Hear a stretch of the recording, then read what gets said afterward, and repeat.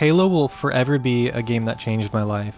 From the books that it inspired me to read, to the music that it inspired me to make, to even how I experienced life growing up as a kid, Halo had a deep impact on my life. I remember sitting on the couch with my dad playing through the original Halo for the first time. I think it's a memory that will stick with me forever. The game felt revolutionary at the time, and I mean honestly it was. And it was just a fun experience to be able to have that game to bond with my dad. Now as I grew up, Halo grew with me. And when Bungie left and the franchise rebooted with Halo 4, it was truly disappointing. I think something critical shifted. The heart and soul of the game became something else entirely. So I wanted to dive into what made Halo so revolutionary and where did it go wrong. I think to tell a story, we gotta go back to its birth.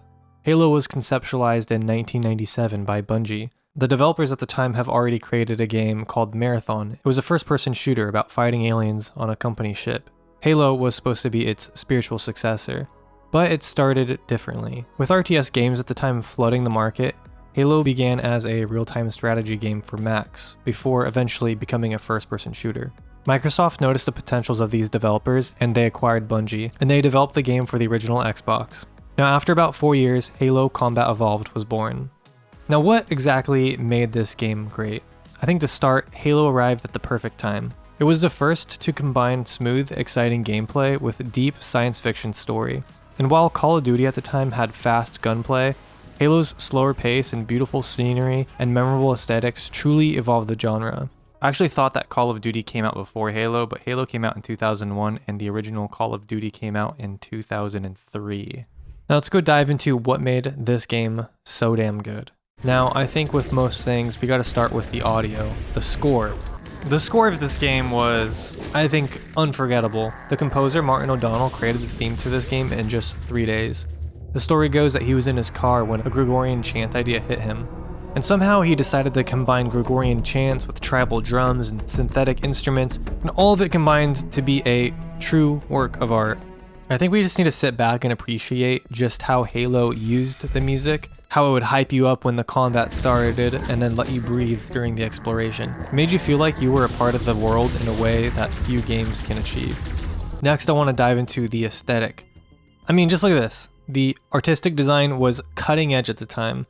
It's simple and elegant, and each map had such a unique design, from the brutalist Forerunner type buildings to the colorful Covenant ships. Everything felt believable and the world's art really brought you in. The maps felt naturally bounded by mountains or locked doors instead of invisible walls. And then the diversity from desert to alien structures to human-made ships. This made every single mission feel unique and endlessly replayable.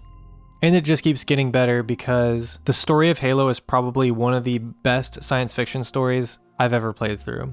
I mean, I don't know how you come up with these cool planetary rings that are somehow a weapon and create a whole religious sect of aliens, combining that with zombie-like flood, religious extremism. You know, all of it is so complex and just completely unforgettable. And the scripts were brilliant too, from the Master Chief's stoic one-liners to Sergeant Johnson's quips to the tension between Chief and Cortana. Everything felt very deliberate and very well done. Also too, I really enjoy how they took a lot of inspiration from the movie Alien, specifically Alien 2. I think it's kind of cool to see that little crossover. But anyways, I'm getting sidetracked. Another reason why the original Halo, well I guess the Halo trilogy, was so good was the AI. Halo's enemy AI was actually pretty damn impressive. From grunts retreating at the start of a fight, to jackals holding down positions only to retreat when their numbers are down, to elites aggressively flanking you or hiding around corners. And then when enemies grabbed vehicles, the whole dynamic changed. And even when you think something was predictable, the scenario can completely flip instantly. A grunt might nail you with a grenade across the map, or an elite and a ghost might hunt you down and make you a hood ornament. A lot of this dynamic AI stuff really made the game addictive to play.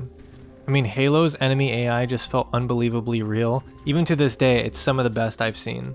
Especially today, when, you look at games like Battlefield 6 or Call of Duty, for example, where enemies just tend to be either bullet sponges or they just do the same thing that you expect. They shoot, they hide behind cover, maybe there's a tank or maybe there's something else, but at the end of the day, it gets kind of boring. Halo's AI was done so well that even to this day, it's still pretty fun to play. But anyways, Halo 3 was probably the peak, gold era Halo. My friends and I would literally spend hours and hours on weekends playing this game. But then everything changed when Bungie had to walk away. At the time when this happened, I actually didn't know what was going on, but apparently Bungie was tired of making Halo, well, specifically with the direction that Microsoft was giving them. From an artistic perspective, I can completely get what Bungie wanted to do. I understand when you are tied down to a genre, to a single title forever, that really feels like it sucks the creativity from you, so I get it. It's depressing, but ultimately what happened to Halo is even more depressing. So when Microsoft bought Bungie in the year 2000, they pretty much saved them financially, but in return, they gained complete ownership of Halo. And after 7 years of making Halo games, Bungie wanted to create something new.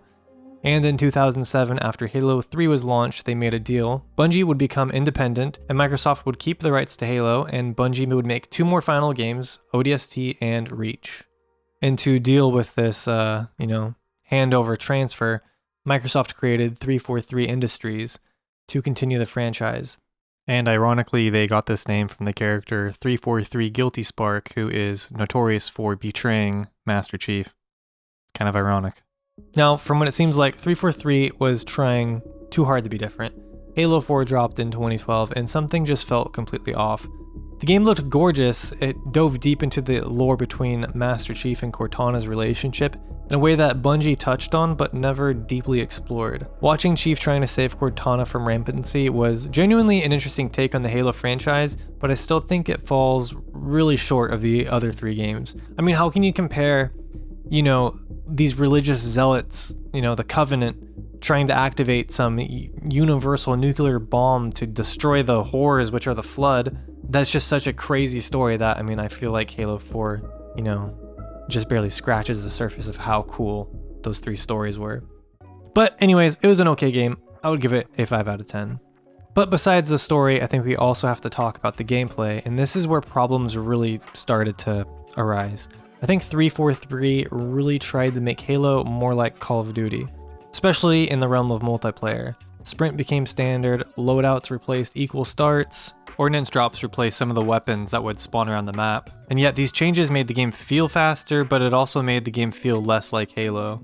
Next, from a design perspective, the Prometheans looked kinda cool, I guess. They weren't really fun to fight. They teleported around and acted like bullet sponges, and after a while the art style gets a little too repetitive, and in my opinion it gets kinda too busy, and I feel like it just lost that Bungie-esque aesthetic.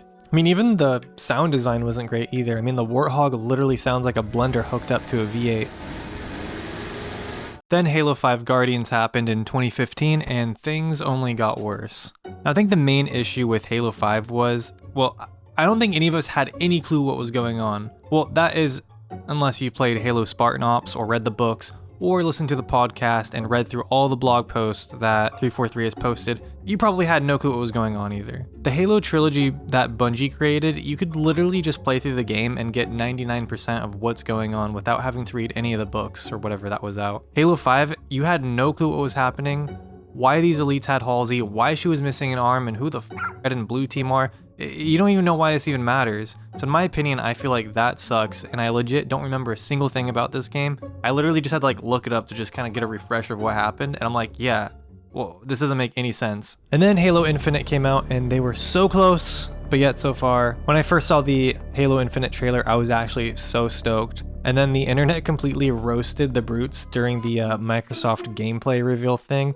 And they got roasted so bad that Microsoft went back to go tweak all the artistic changes and, dial in the game just a bit more for a full year. But anyways, when Halo Infinite first came out in 2021, I'll be honest, it wasn't bad. The campaign was pretty good. The open world structure was fine. The grappling hook combat was genuinely fun. It didn't really feel like traditional Halo, but, it felt like a fun, knockoff or evolution of the series. But then you get into the multiplayer aspect of it, and this is where 343 really drops the ball again. First of all, it launched without a co-op campaign, which in my opinion was my favorite part of playing Halo to begin with. Then there was also no Forge, there was barely any maps, and for such a long time there was no updates. And for me at least, I got bored and I stopped playing. And for a game that was supposed to have a 10-year lifespan, Halo Infinite really fell short. And I didn't even stick around long enough to see the whole battle pass progression thing and how it was really just tied to you paying money, not really to you playing.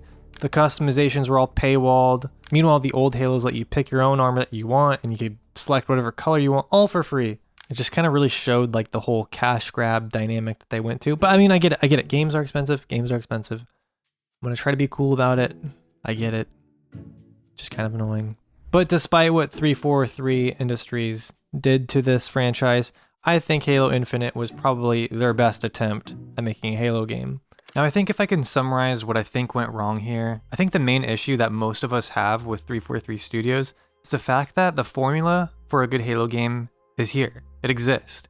But instead, they decided to chase trends instead of innovating on what worked in previous games. For example, Bungie evolved each Halo they created by adding new features, enemies, and mechanics. For example, there was dual wielding, the brutes, new vehicles, scarabs, new weapons, fusion coils, forge mode, the list goes on and on. But they noticed what worked in Halo and kept evolving off of it, and clearly that formula was what we all wanted. 343 Studios, on the other hand, seemed to chase what Call of Duty was doing by making it faster pace, adding sprint, annoying armor freezes, abilities, kill streaks, compressing the whole story narrative down. It almost felt like change for the sake of change, or at the very least, some mechanics worked in another game, so 343 thought it could work in Halo. But the outcome always felt very half-baked, and it didn't really feel like the Halo that I think most of us were expecting.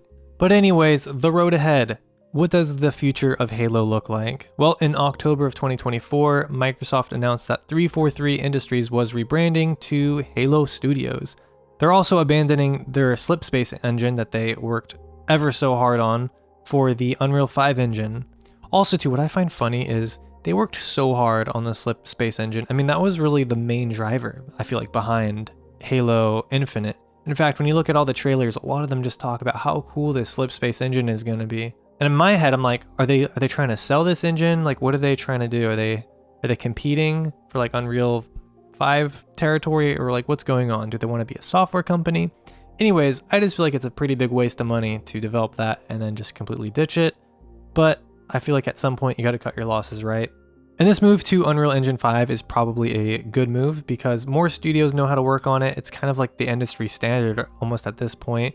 Probably easier to hire for, and the tools that it gives you really can make this next game look incredible. But as we all know, technology alone will not save the franchise. Halo needs better leadership, people who understand what made Bungie's games so good to begin with. I think we need to have focus on better writers to create those better epic stories, tight gameplay, and memorable music. This new Halo Studios needs to really respect the history of where this game came from because the blueprint's there. The blueprint is right in front of you. You just have to write off of it. Diving to the new projects that Halo Studios is working on, they announced in 2025 that they are creating Halo Combat Evolved. Again, it's a full remake coming in 2026. But here's the crazy thing. They are launching this game to PlayStation 5, which is actually insane. This is Halo, the franchise that made the Xbox, is now going multi-platform. This shows to me that Microsoft thinks that the Xbox is dead, and they are moving from a console focus to software. And I think we're going to see this be a big shift in gaming. With streaming technology being developed, we might see a massive shift away from consoles and more to streaming games on our TV. I mean, even Netflix has their own gaming section now where you could just stream games on Netflix. But only time will tell and see what happens to Halo. The original trilogy changed gaming. The music, the story, the characters, the people. I mean, it's really unmatched even 2 decades later. Halo wasn't just a game series, it was a literal cultural moment. I mean, you can even see it in movies and TV shows. Like, this game really changed the whole zeitgeist of the world. And Xbox pretty much would not exist without it, even though it's, dying. But I don't think it would have lasted as long as it did without Halo. But all that being said, I think Halo's legacy deserves better than what happened to it for the past decade. The impact that it made is permanent, and I'll forever have the memories of playing Halo with my dad and my friends, staying up late, having the time of my life, and I appreciate my time playing it, and I look forward to whatever happens next. Anyways, thanks for watching, and I'll see you guys in the next one. Please hit that like and subscribe, it really helps me a lot, and I'll see you in the next one. Bye.